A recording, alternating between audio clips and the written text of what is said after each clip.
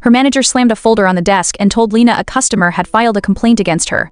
Just a few minutes before, she had rudely blown off an old man who desperately needed money for his grandson's tuition. She told him the ATM was broken and that he'd have to wait 5 days. Then she ignored the ringing phone so she could eat sunflower seeds and watch cartoons. The manager was furious. He said the ATM had been acting up for days, holding up withdrawals and even eating cards, but she hadn't done a thing about it. Just then, the phone rang again. It was the young woman who'd made the complaint asking if the machine was fixed yet. Lena suddenly got a wicked idea. She lied and said the machine was working perfectly now. The young woman was relieved and rushed to the ATM.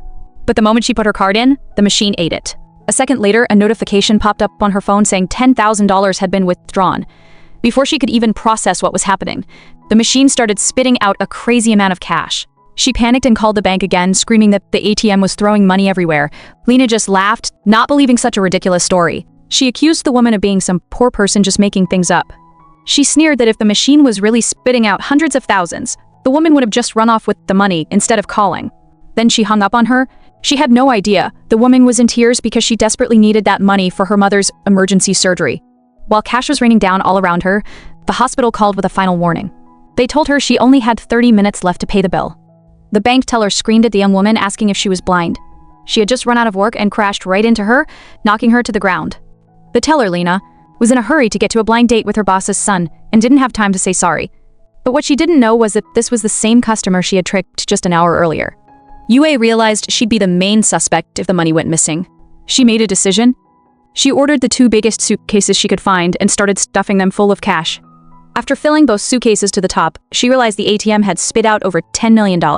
Instead of running off, she took a cab straight to the bank's main branch to return every single penny. As she was struggling with the heavy suitcases at the entrance, she got knocked over by the teller who was rushing out.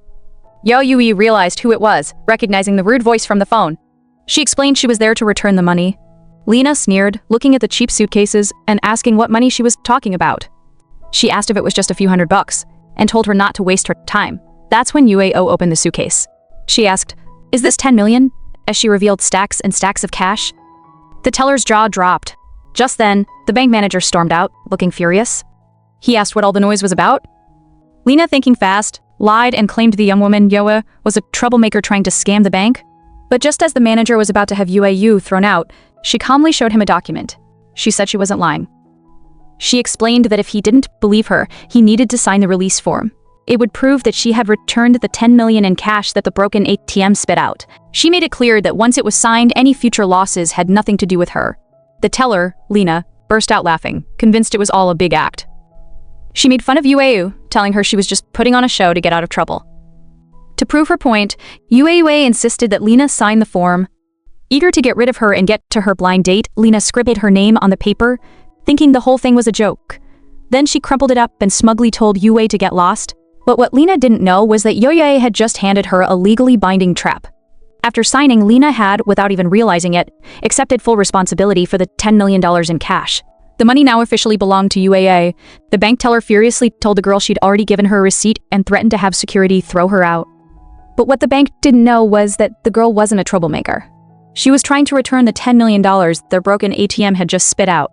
The teller, Lena, sneered and told the girl to take her 2 busted suitcases and throw them in the trash. Then she confidently grabbed a cab, leaving the girl standing there alone with all that money. In the taxi, a news report suddenly came on about a local bank's ATM that had malfunctioned. It had spit out a huge amount of cash, with losses estimated at 10 million. Lena's face went pale. A second later, her phone rang. It was her manager screaming his head off and asking what she had done. Panicking, she told the driver to turn around and raced back to the bank. She ran inside, expecting to be fired over the $10 million loss, but her manager was furious about something completely different. It turned out a teller at another branch had made a $10 million transfer error and had already been arrested. He warned Lena that the head office had basically sent out a memo saying anyone who made that kind of basic mistake would be fired on the spot. Just as Lena was breathing a sigh of relief, a security guard mentioned that girl she had just thrown out. He said she'd been trying to return suitcases full of cash from their ATM. The truth hit her like a ton of bricks. Meanwhile, the girl rushed into the hospital with the 2 suitcases. She paid for her mother's emergency surgery just in time. When her mother woke up, a nurse told them that even though the surgery was a success, they still needed another $50,000 for rehab. Hearing this, her mother refused any more treatment. She said they couldn't spend money that wasn't theirs and that she'd rather just go home. But her daughter told her not to worry. Then, she opened the 2 suitcases, revealing stacks and stacks of cash. In the hospital room, the mother desperately asked where the money came from, fearing the worst. Her daughter insisted the money was fine and explained that the bank's ATM had messed up and spit it all out. The mother was horrified and called her daughter foolish. She said that even though they're poor, they can't take money that doesn't belong to them. She tried to get out of bed to make her daughter return the cash, but her daughter stopped her. The daughter explained that she only used the money because the ATM ate her card and her mother's life was on the line. She promised she'd return the rest the next day. The next morning, the girl went back to the bank only to face the same teller, Lena, who had thrown her out before. Lena, distracted by her phone, sarcastically asked if the girl was there to deposit 10 million or maybe buy the whole bank. The girl tried to stay calm and showed Lena her mother's medical records to prove how urgent the situation was. But Lena just coldly blew them off. She scoffed at the idea of making a special exception for her. She said that rules were rules and everyone has a sob story. The girl slammed her fist on the counter and yelled that the teller was doing this on purpose. It turned out this was a calculated act of revenge. Just hours earlier, the girl had come back to the bank, desperately needing to get her ATM card back after it had been eaten by a broken machine. Her mother's life was on the line, but the teller, Lena, was busy playing games on her phone. When the girl pleaded with her, Lena coldly told her to wait 5 business days. She completely dismissed the girl's story about her mother needing emergency surgery. As other customers started to whisper in support of the girl, she showed them her mother's official medical report as proof. Then, Lena snatched the report and ripped it to shreds. She sneered that having a sick relative didn't give her any special privileges. What Lena didn't know was that this was the same girl she'd thrown out the day before. The one who had tried to return $10 million from that exact same broken ATM. Forced to go along with it, the girl was then put through hours of bureaucratic torture. First, Lena made her fill out 3 sets of emergency application forms by hand. After an hour of painful writing, Lena rejected them, claiming the handwriting was too messy. She then rejected the next set because the address was missing an apartment number. For 3 hours, Lena found all sorts of stupid reasons to reject the forms, making the girl rewrite everything over and over again, and the whole time, she was just casually putting on her makeup and playing on her phone. Finally, she sent the exhausted girl on a wild goose chase to 3 other departments for a bunch of stamps and signatures.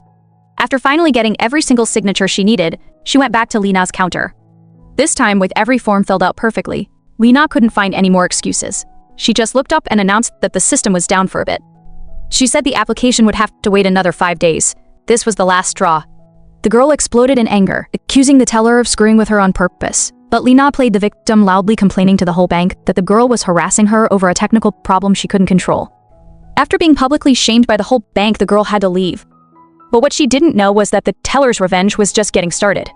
The teller, Lena, smugly took out her phone, posted a picture of the girl online, and called her some weirdo who was causing a scene. The girl, UAE, was at the hospital, handing over a thick stack of cash to pay for her mother's emergency medical treatment. Her mother, lying weakly in bed, was worried. She asked if UAE had gotten the card back and if she had used the bank's money. UAO told her not to worry, saying she had used her own savings and that her mother could relax now. But just then, she overheard 2 nurses whispering in the hall. They recognized her as the person from the bank they had seen online and were making fun of her for being so arrogant and difficult. Only then did Yuea look at her phone and see the nasty post. She was shocked to see her picture all over the internet with a made-up story that made her look like the bad guy. It turned out the teller was just getting back at her for a personal grudge. When Yuea had tried to get her money, the teller had deliberately stalled, getting the crowd to turn against her for holding up the line. Yuea accused her of getting revenge for a complaint she'd filed earlier, but the teller played the victim and got all the other customers on her side. They all yelled at Yueo, calling her selfish and telling her to get out. The teller then told her that to set up online banking, she'd have to go to the back of the line and start all over. Seeing the teller's smug smile, Yueu realized she was being targeted on purpose. She declared that Lena would regret this and stormed out. The bank manager's eyes widened in shock. He asked, "What did you say? 10 million is gone?" Just then, a technician on the phone told him the ATM at the Jianxi Road branch was completely empty. Back at the bank, the teller Lena sat smugly at her desk, scrolling through all the hate comments about the girl she had publicly shamed online. She thought to herself that just having people curse her out wasn't enough, so she pulled up the girl's emergency card application. She then maliciously posted the girl's full name, home address, and ID number in the comments section. Just then, Yue's phone rang. It was her furious landlady, screaming that people were spray painting her door because of Yueu. She kicked Yue out on the spot, telling her to get out before she called the cops. Before Yue could even deal with losing her home, she got another call. It was her boss. A client had seen the online post and demanded that she be replaced. Her job, her reputation, everything was falling apart because of the teller's grudge. Her boss told her to fix this mess, or she was fired.